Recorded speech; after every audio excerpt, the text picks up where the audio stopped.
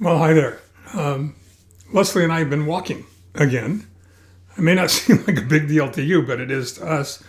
One, because Lesley's back has been trashed over the last few months, and two, because of all the hospitalizations and illnesses I've gone through. I wasn't able to walk myself up until very recently. So the idea of getting out and actually putting on some mileage is important, especially since one of the residual impacts of all the steroids I took was, osteopenia or osteoporosis. And one of the things that's really critical to mitigate that is walking. So we've been walking through the neighborhood, and which has been a really good thing. By the way, this is Monday, February 22nd. It is Journal 408 and T+703, I think. Pretty close to that. In any case, but we've been walking through the neighborhood, and not the least of things that came up in conversation was how wonderful it is to be able to walk again, and especially after having been denied that for so long. When people say it's the little things that matter, they aren't kidding. One of the other things that we were talking about that was pretty interesting was the different ways in which houses in the neighborhood are being maintained and how some of them aren't. One of the neighborhoods adjacent to our neighborhood has got a homeowners association, so that more or less dictates the fact that houses have to be maintained to meet a certain minimal standard. Unfortunately, in our neighborhood, we don't have an HOA. I never thought I'd say that out loud. My son-in-law would probably kill me for saying that, because the homeowners association where he is oppressive. But realistically, it would be nice if we did, because some of these houses are really in terrible states, various terrible states of disrepair. And I started to think about it, and at first I started to think about it in terms of it all being binary. There were people that took care of their houses, and there were people that didn't. And then I started to realize that that's really not true. There really are two groups, and of the second group, the group that doesn't take care of their houses, there's a subgroup. And that subgroup is divided into those who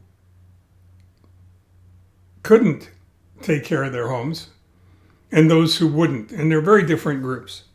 One more or less presupposes that the resources are there, and it's simply a choice of not taking care of the property. While the other group, in many ways, are what we used to refer to, and what I refer to in many seminars that I've done over the years, as bargain hunters of good faith.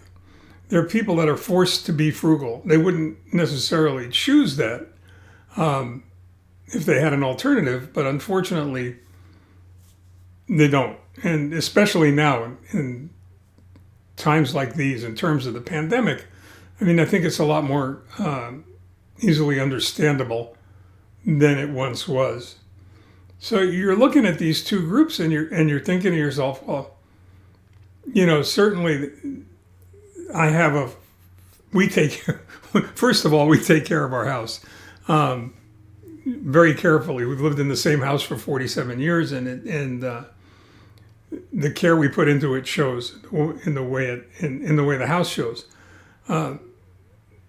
Unfortunately, we're surrounded by other property owners who don't take care of their homes, who've made the choice not to, or fall into that second group of people who would give anything they owned to be able to take care of their property, but can't because it's not an option. It's a choice between feeding the family and staying economically viable and not. So recognizing that, I realized that the same things hold true in business, and realizing that whether you recognize it or not, you have a budget. You're on a budget. You live in a budget.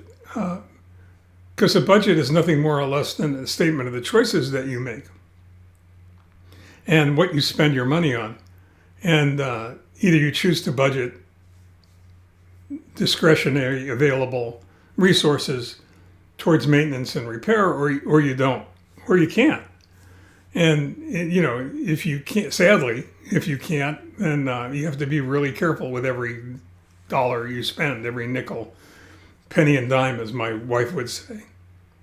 But it is a statement for everyone else of what's important to you. And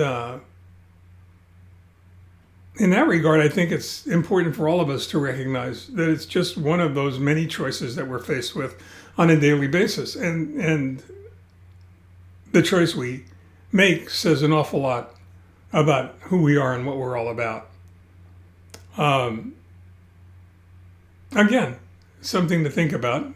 It'd be interesting to take a look and see, for your own benefit, your own enlightenment, where do you think you fit in these three different groups? Especially if you're talking about the group that doesn't, because they either can't or they won't, because they couldn't or they wouldn't. In the meantime, stay well, stay safe, stay strong, stay home, stay focused, be well. That's it for now.